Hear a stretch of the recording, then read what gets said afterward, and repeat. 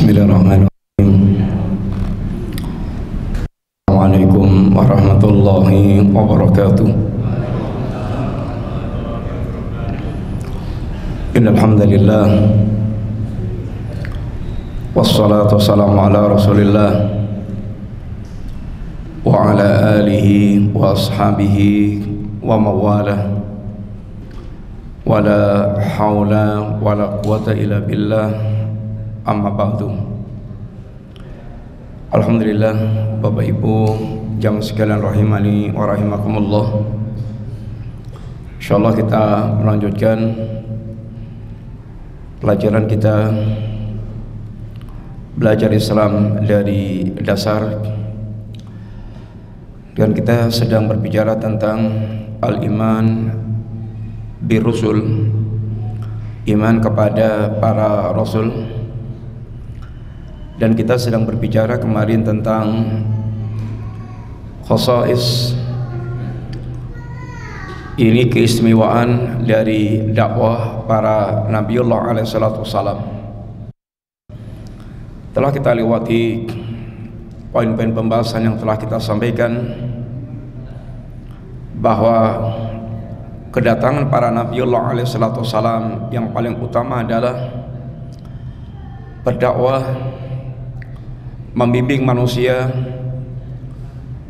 keluar dari berbagai macam kegelapan kepada cahaya Islam. Ini kegelapan syirik, kegelapan kufur, kegelapan nifaq, kegelapan bid'ah, kegelapan maksiat, menuju kepada cahaya Islam, cahaya tauhid, cahaya sunnah, cahaya ketaatan.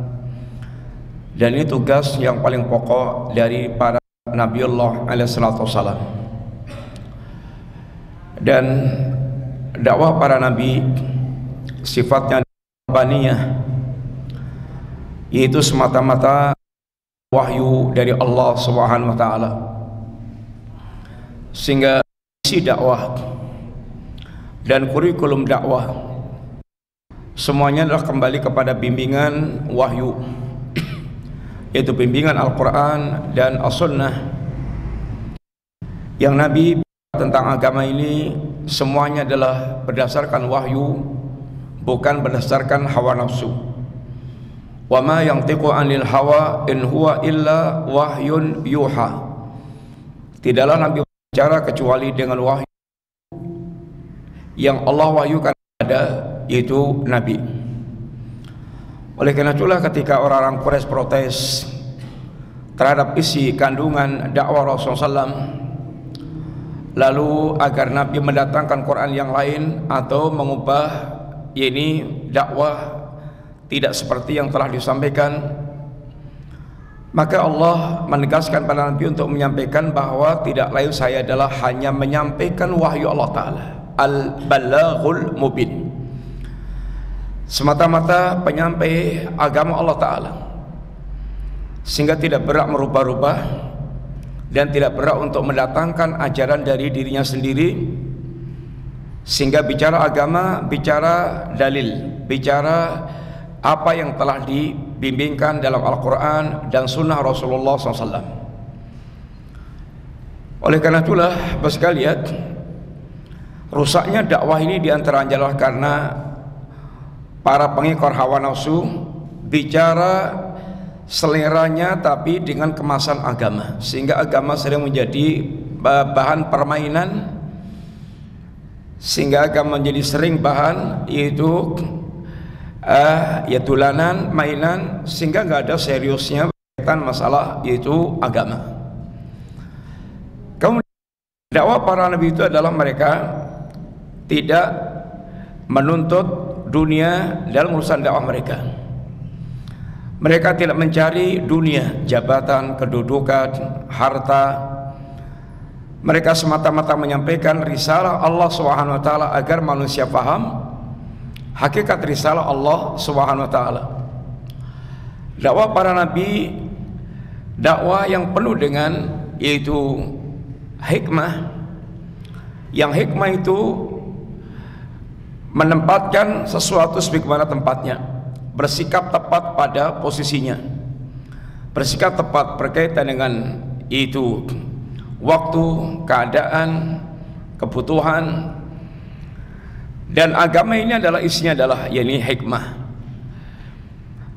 Dan di antara hikmah dalam menghadapi manusia sesuai dengan kondisi mereka.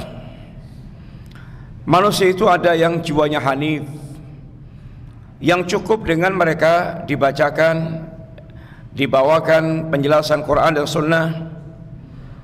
Ada orang-orang mereka membutuhkan tarhib dan tarhib, membutuhkan motivasi, membutuhkan hal yang menakutkan jiwanya, karena mereka masih sering banyak tenggelam di dalam hal-hal yang diharamkan Allah Ta'ala.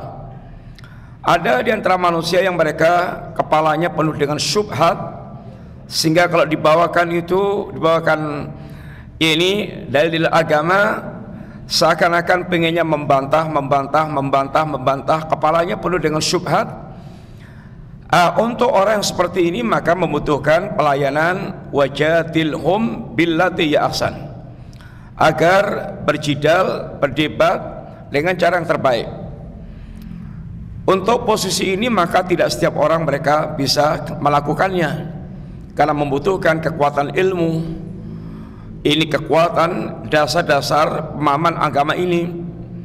Kemudian bagaimana dia betul-betul meyakinkan bisa mengalahkan lawan debatnya, sehingga membutuhkan ilmu-ilmu khusus pula, dan memiliki jiwa yang memang pendebat.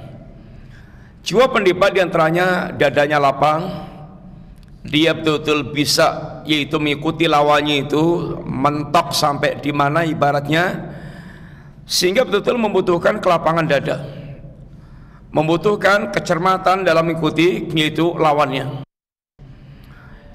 Maka tidak setiap orang mereka bisa kemudian melayani perdebatan atau dalam wilayah perdebatan ini.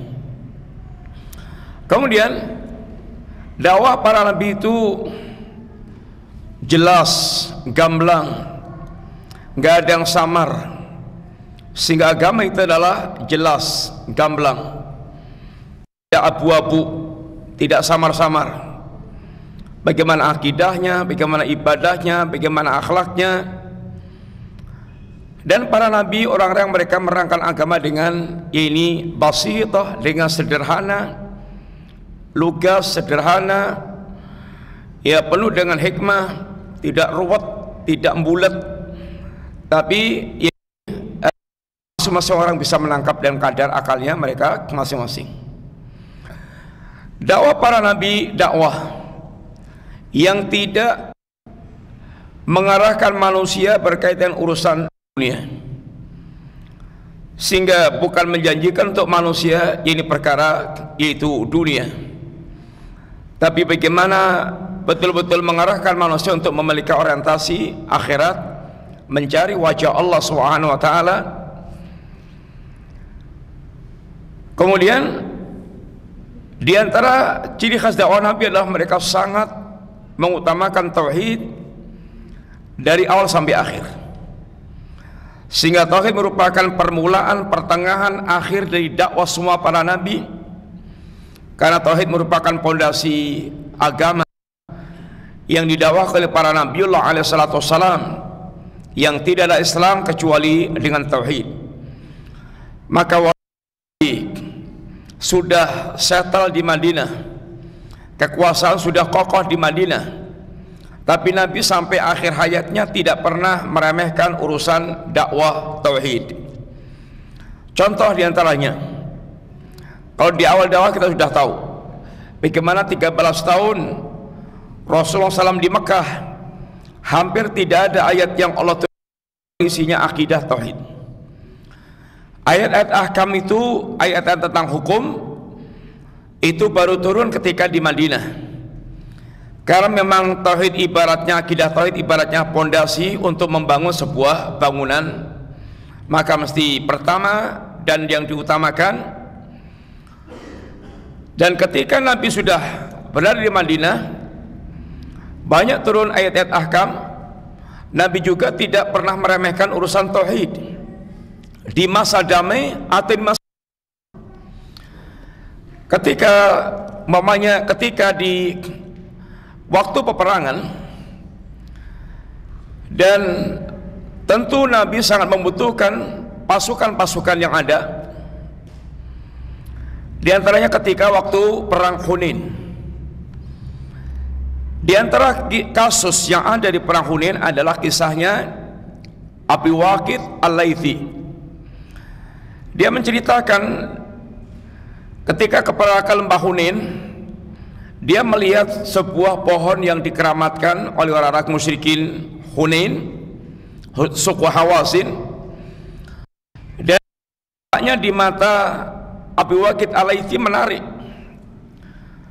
Perlu diketahui Abi Waqid Al-Laythi baru saja masuk Islam, sehingga puluhan tahun bergelimang dalam kesyirikan. Sehingga ketika melihat fenomena ada pohon yang dikeramatkan orang musyrikin itu, dia nampak tertarik. Seandainya yang muslim itu punya yang seperti itu. Hanya kalau sekarang kita istilahnya damai seringnya itu Islami, sehingga sering ada musik Islami, dangdut Islami, kemudian nyanyian Islami, hanya dikasih nama Islam. Hakikatnya kadang-kadang sama aja. Bapak sekalian, ketika Abu Waqid Al-Laythi kemudian mengajukan kepada Nabi, ya Rasulullah, ij'al lana dhata anwat kama lahum dhatu anwat. Ya Rasulullah, mbok kita dibuatkan datu anwat seperti mereka memiliki datu anwat. Ini pohon yang dikeramatkan, yang mereka keramatkan, yang biasa mereka menggantungkan senjatanya di situ untuk mencari keberkahan, dan biasa mereka iktikaf di pohon tersebut. Maka alangkah sangat terkejutnya Nabi, dan Nabi mengucapkan kalimat Allahu Akbar, innaha sunan. Allahu Akbar, itu tuh yang kamu minta itu, wahai Abu Waqid Al-Laythi, itu adalah tradisinya orang-orang musyrik. Itu tuh tradisinya orang-orang musyrik. Sehingga permintaan Abu Waqid Al-Laythi ini sesuatu yang tentu sangat mengherankan banget. Lalu Nabi ingatkan, la tattabi'unna sunana man kana qablakum. Benar-benar akan ada di antara kalian kaum muslimin yang mengikuti tradisinya orang-orang sebelum kalian, baik dari kalangan Yahudi, Nasrani maupun Majusi. Dan begitulah kenyataan yang ada. Berapa banyak di kalangan muslimin yang KTP Muslim Islam, tetapi perilakunya ada yang kayak Yahudi, ada yang kayak Nasrani, ada yang kayak Majusi, penyembah, ya ini orang-orang musyrikin, penyembah berhala. Sehingga pikiran yang pemikiran orang-orang Yahudi maupun Nasrani, sehingga muslimin tapi isi otaknya otak-otak Yahudi, muslimin tapi perilakunya orang-orang musyrikin. Dan tentu ini semuanya berkaitan dengan kadar sejauh mana mereka memahami agama Allah Ta'ala. Maka termasuk kisah Abu Waqid Al-Laythi, orang itu kalau baru saja hijrah, baik itu dari kafir ke Islam atau dari tadinya tenggelam dalam dunia gemerlap, maksiat dunia gelap, ada yang artis, ada yang pemain film, ada yang dulu adalah ini grup-grup musik dan semisalnya, kemudian ikut ngaji, kemudian faham, kemudian berubah. Minta maaf sekalian, yang seperti ini, yang terbaik itu harus diberikan ruang untuk banyak-banyak belajar agamanya. Bukan justru karena sebelumnya artis terkenal, begitu hijrah terus diundang kemana-mana, akhirnya tidak sempat belajar. Begitu kena syubhat sedikit, langsung balik lagi, dan kemudian bahkan terkadang merasa mendapatkan dukungan atas kebiasaan lamanya. Apalagi kalau habis hijrah itu kemudian bermasalah, ekonominya carut marut, morat marit. Tadinya glamor, kemudian masya Allah serba terpenuhi semuanya, tahu-tahu harus sengsara. Ini sangat rawan banget berubah. Sehingga yang dibutuhkan adalah mereka harus mengenal dulu agamanya dengan baik. Sama pula dengan orang mereka habis dari kafir ke Islam. Kadang-kadang karena orang tertarik kisahnya, saking larisnya akhirnya juga tidak pernah belajar lagi. Akhirnya kadang-kadang justru hal-hal yang ada dalam agamanya bisa diingkari karena merasa itu dia yang lama. Maka mesti harus banyak ini belajar, sehingga jangan sampai justru kemudian itu merugikan dirinya sendiri karena tidak berkesempatan ini belajar yang lebih banyak. Bapak sekalian, Nabi bagaimana mengingkari Abu Waqid Al-Laythi, dan itu saat sedang dibutuhkannya pasukan dalam peperangan, tapi Nabi tetap memperingatkan tentang bahaya hakikat kesyirikan yang sedang terjadi. Nabi ingkari, tidak Nabi biarkan. Di tengah-tengah kita ini terkadang ada seruan-seruan aneh, ngajak bersatu, ngajak berkumpul. Pesannya jangan bicara tauhid syirik, jangan bicara. Lah terus bicara apa? Kalau Islam itu nggak boleh bicara tauhid. Itu syahadat la ilaha illallah bid'ah. Itu nggak boleh dibicarakan sama dengan kita nggak berbicara tentang hakikat ajaran Islam. Dan kalau Islam itu tidak memandang tauhid dan ittiba, maka kesimpulannya bisa menyorong semua agama. Sama kok Islam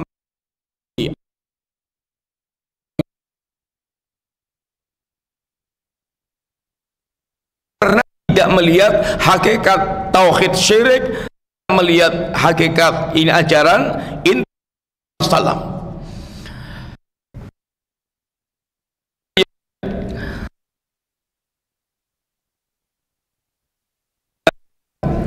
Di satu tempat ada kesyirikan yang masih dilakukan. Contoh, saat Nabi sudah settle di Madinah, dengar di masih ada namanya Dzul Khulasah, berhala yang masih disembah oleh manusia. Nabi itu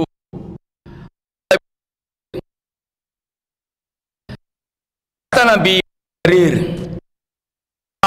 huni andil khulasah,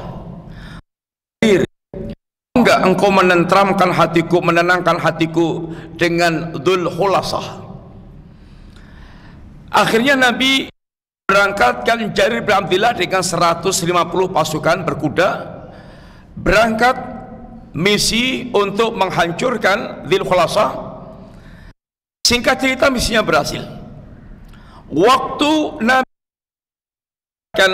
ini pasukan Jarir bin Abdillah diiringi dengan doa, dan ketika pasukan ini laporan bahwa telah beres, yaitu tugas untuk membereskan Dzul Khulasah, Nabi mendoakan keberkahan sampai 5 kali, sampai 5 kali.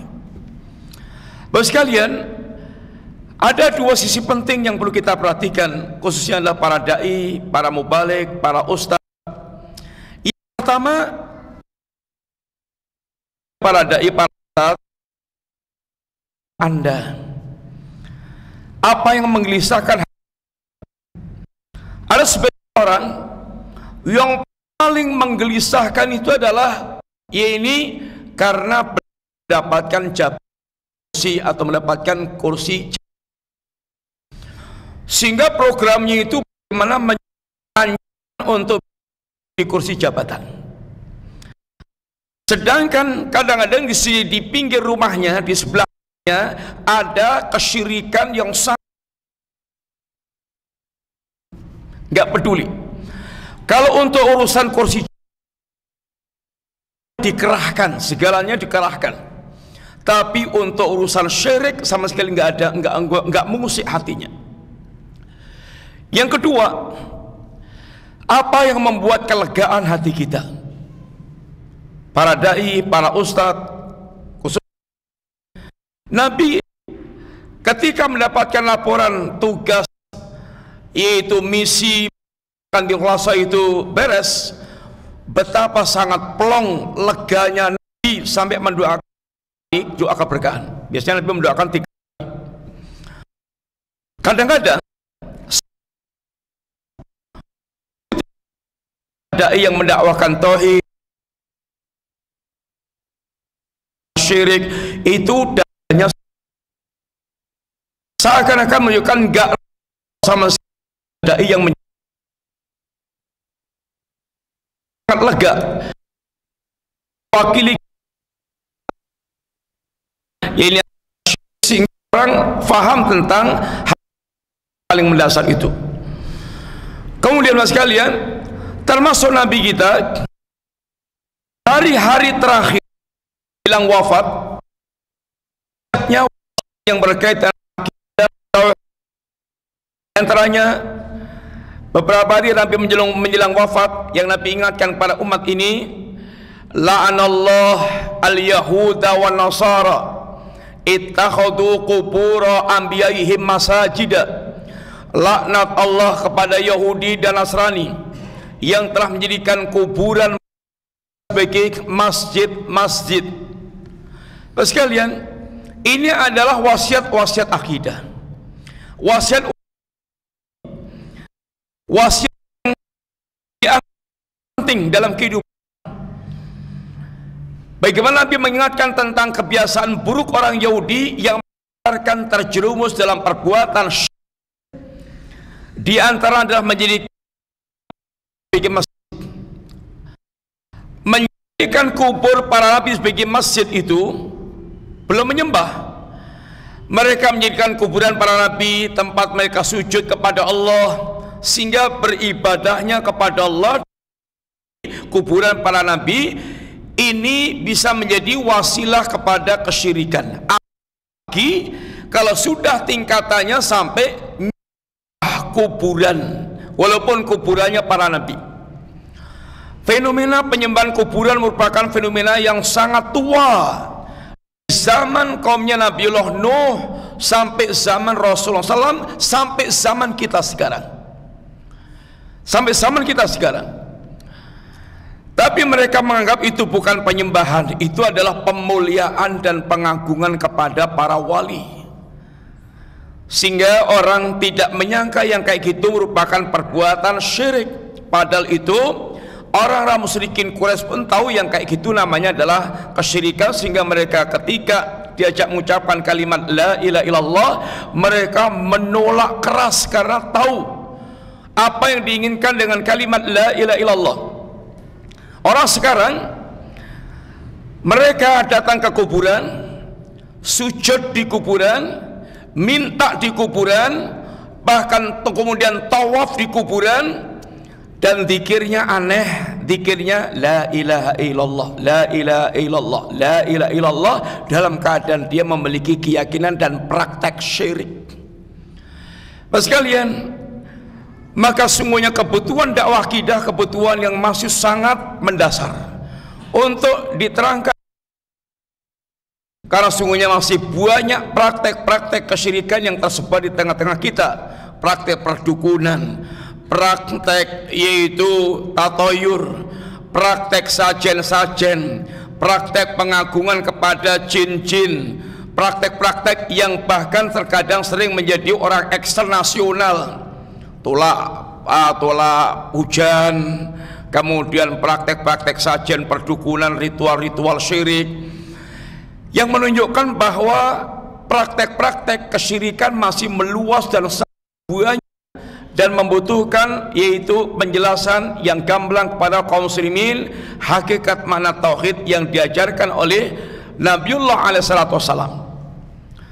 Kemudian mas sekalian, kita sebelum masuk kepada bagaimana para nabi berdakwah, masing-masing nabi mereka berdakwah, maka ada beberapa catatan yang berkaitan dengan para Nabiullah, tentang para nabi. Yang pertama, bahwa nabi itu lebih rendah tingkatannya dari rasul, dan nabi ini tingkatannya pula bertingkat-tingkat. Kedudukan sebagai nabi bertingkat-tingkat, seperti yang dikatakan Allah Subhanahu wa taala, walaqad faddalna ba'dhan nabiyyin ala ba'dhin, dan sungguh telah kami utamakan sebagian nabi di atas sebagian nabi yang lainnya. Dan itu merupakan bagian hak prerogatif Allah memilih di antara semua ciptaannya lebih utama dibanding yang lain. Wa rabbuka yakhluqu ma yasha'u wa yakhtar. Allah lah yang menciptakan semua ciptaannya, dan Allah yang memilih-milih di antara ciptaan Allah Ta'ala, yang satu lebih diutamakan dibandingkan sebagian yang lainnya. Contoh, semua permukaan bumi itu adalah ciptaan Allah, tetapi Allah memilih Mekah dan Madinah, dua tanah yang paling suci dan paling memiliki keutamaan dibandingkan dengan semua tanah di permukaan bumi yang lain. Seluruh waktu itu semuanya diciptakan Allah Ta'ala, tapi ada waktu-waktu yang sangat utama dibandingkan waktu yang lainnya. Contoh, sepertiga malam yang terakhir, waktu yang paling utama di antara 24 jam. Kemudian hari Jumat, hari yang paling utama dibandingkan dengan semua hari yang dalam sepekan. Bulan Ramadan, bulan yang paling istimewa dibandingkan dengan bulan yang lainnya. Itu semuanya pilihan-pilihan Allah, dan itu haknya Allah Subhanahu wa ta'ala. Termasuk diantaranya semua manusia ciptaan Allah, tapi Allah memilih ada manusia-manusia khusus yang Allah pilih menjadi para nabi, dan itu mutlak pilihan Allah. Dan untuk menjadi nabi itu nyun ngapunten, nggak ada sekolahnya, nggak ada tarekohnya, nggak ada cara belajar untuk menjadi nabi, nggak ada. Murni pilihan Allah Subhanahu wa ta'ala. Rasulullah SAW ketika sebelum menjadi nabi suka tahannuts, suka merenung di Gua Hira. Itu bukan latihan menjadi nabi, bukan latihan menjadi nabi, tapi semata-mata nabi ingin merenungkan, memiliki kesedihan, perenungan tentang para Quraisy. Itu ini berkaitan dengan kehendak Allah SWT, sampai kemudian Allah memilih kemudian Nabi menjadi seorang Nabi dan Rasul. Kemudian Rasul tingkatannya di atas Nabi. Setiap Rasul adalah Nabi, tapi tidak setiap Nabi adalah Rasul. Bertingkat-tingkat Rasul dengan Nabi. Rasul ini sendiri juga tingkat-tingkat sesuai dengan apa yang Allah kehendaki. Tilkar rusulu faddalna ba'dahum ala ba'din. Itulah para rasul yang lainnya. Minhum, ada rasul yang diajak bicara oleh Allah langsung.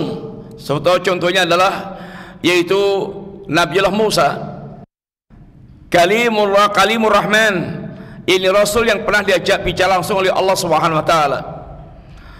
Wa rafa ba'dhum darajat, dan kami angkat sebagian di atas yang lainnya dengan beberapa derajat. Dan Allah sebutkan di antara masing-masing keutamaan para nabi. Kemudian antara para nabi dan rasul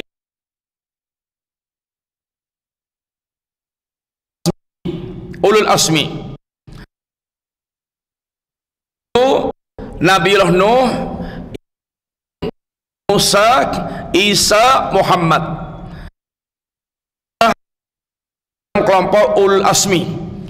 para rasul pilihan Allah Ta'ala di antara semua rasul-rasul yang lainnya. Sabara ulul asmi minar rusul, sabarlah Muhammad sebagaimana sabar asmi para rasul, wala tastajil lahum, jangan terhadap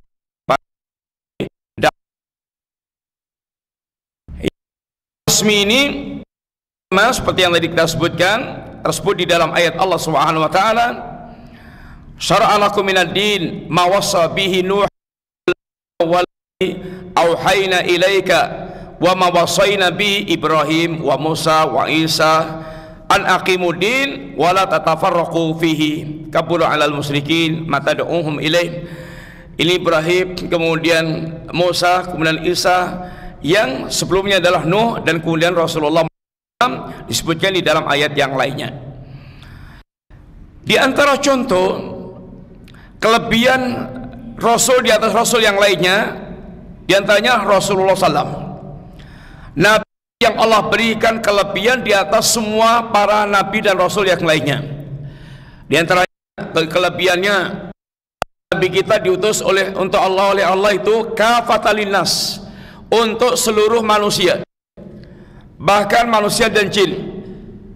Kalau Nabi-Nabi sebelum Rasulullah SAW khususan hanya untuk, maka panggilannya kalau Nabi sebelum Rasulullah itu ya qaumi, wahai qaumku. Tapi kalau Nabi panggilannya ya ayuhan nas, atau dengan sifat ya ayyuhalladzina amanu. Seruannya adalah seruan-seruan yang sifatnya adalah mendunia, ini internasional, dan itu berkaitan dengan yaitu ketetapan dari Allah Subhanahu wa taala. Rasulullah SAW di antara utamanya adalah menjadi khatamul anbiya wal mursalin, penutup para nabi dan para rasul, sehingga tidak akan ada lagi nabi setelah Rasulullah SAW, apalagi rasul setelah ini Rasulullah SAW. Maka orang yang berkeyakinan ada nabi atau ada rasul setelah Rasulullah SAW, ini keyakinan kafir yang mengeluarkan dari Islam. Keyakinan yang masuk dalam masalah usul iman, keyakinan kafir yang keyakinannya mengeluarkan dari Islam. Tidak ada lagi nabi dan rasul sepeninggal Rasulullah sallallahu alaihi wasallam.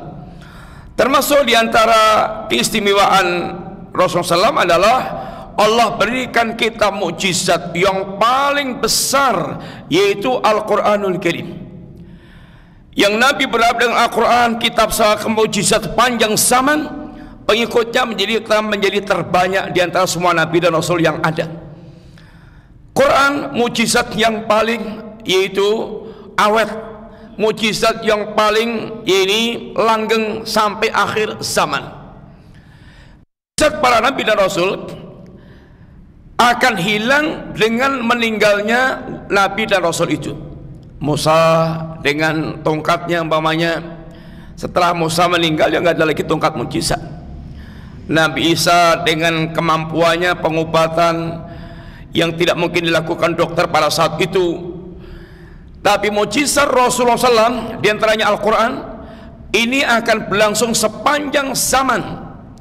Di antara mukjizat Al-Quran adalah tantangan Allah kepada manusia yang meragukan Al-Quran agar membuat semisal Quran. Kalau nggak mampu diturunkan Allah 10 ayat saja semisal Quran, 10 surat saja semisal Quran. Kalau nggak mampu pula 1 surat saja semisal Quran, dan Allah telah menegaskan vonis pasti nggak bisa, pasti nggak bisa. Kata Allah, in kuntum mimith wada in kuntum shadiqin fa illam taf'alu walan taf'alu fattaqun nar al-hijarah. Kata Allah, wahai kalian masih ragu dengan Quran yang kami turun Rasulullah SAW, cobalah Anda datangkan satu surat yang semisal Quran, undang itu semua pakar-pakar kalian yang kalian inginkan, mau pakar ilmuwan di bidang eksak, ekonomi, ilmuwan di bidang bahasa, ilmuwan di bidang macam, silahkan kumpulkan, suruh membuat kerjasama, membuat yang semisal dengan Quran.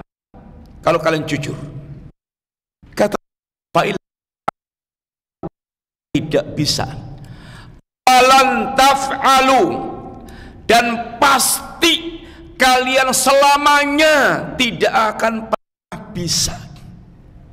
Divonis Allah pasti nggak bisa. Tantangan ini sudah 1400 tahun yang lalu, dan tidak ada seorang pun yang sanggup untuk memenuhi tantangan Allah yang berusaha untuk tandingan sama sekali, dan nggak mungkin akan bisa, yaitu menandingi Al-Quran. Di antara pula kemujizatan Al-Quran adalah penjagaan Allah terhadap Al-Quran. Yang penjagaan Allah itu meliputi lafaz dan makna. Di dunia ini, Bapak sekalian, tidak ada kitab yang dihafalkan manusia semisal Quran. Jutaan manusia mereka menghafalkan Quran. Mana ada kitab yang dibilang kitab suci sekalipun yang dihafalkan manusia seperti mudahnya, yaitu muslimin menghafalkan Al-Quran. Dan tidak ada satupun orang yang berusaha untuk memasukkan huruf atau kalimat dalam Al-Quran, pasti dalam waktu yang singkat itu akan konangan, akan ketahuan.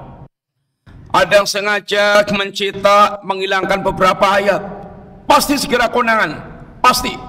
Atau mau nambah-nambah nyeli ayat, pasti akan segera konangan. Dan ini merupakan bagian penjagaan Allah Subhanahu wa taala. Inna nahnu nazzalna dzikra wa inna lahu lahafidun. Kami yang menurunkan dzikir Al-Qur'an, kami pula yang akan menjaganya Al-Qur'an. Termasuk Allah menjaga makna-makna Al-Quran dengan keberadaan para ulama yang betul-betul menjadi pasukan-pasukan Allah yang tidak akan membiarkan kebatilan, pasti akan dibantah oleh para ulama. Ada ulama yang pasti akan membantahnya. Itu yang dikatakan Nabi dengan ungkapan Taifah al-Mansurah, kelompok yang mereka selalu ditolong oleh Allah Subhanahu wa taala. Yang para ulama ini dikatakan oleh Nabi, yahmilu hadzal ilma min kulli khalafin uduluh yanfuna tahrifal ghalin wa intihal mubtilin wa ta'wil al jahilin. Selalu akan ada ulama yang mereka bangkit membantah orang yang hulu, yang menyimpang, yang menyusupkan dan orang bodoh. Ini merupakan bagian penjagaan Allah Ta'ala.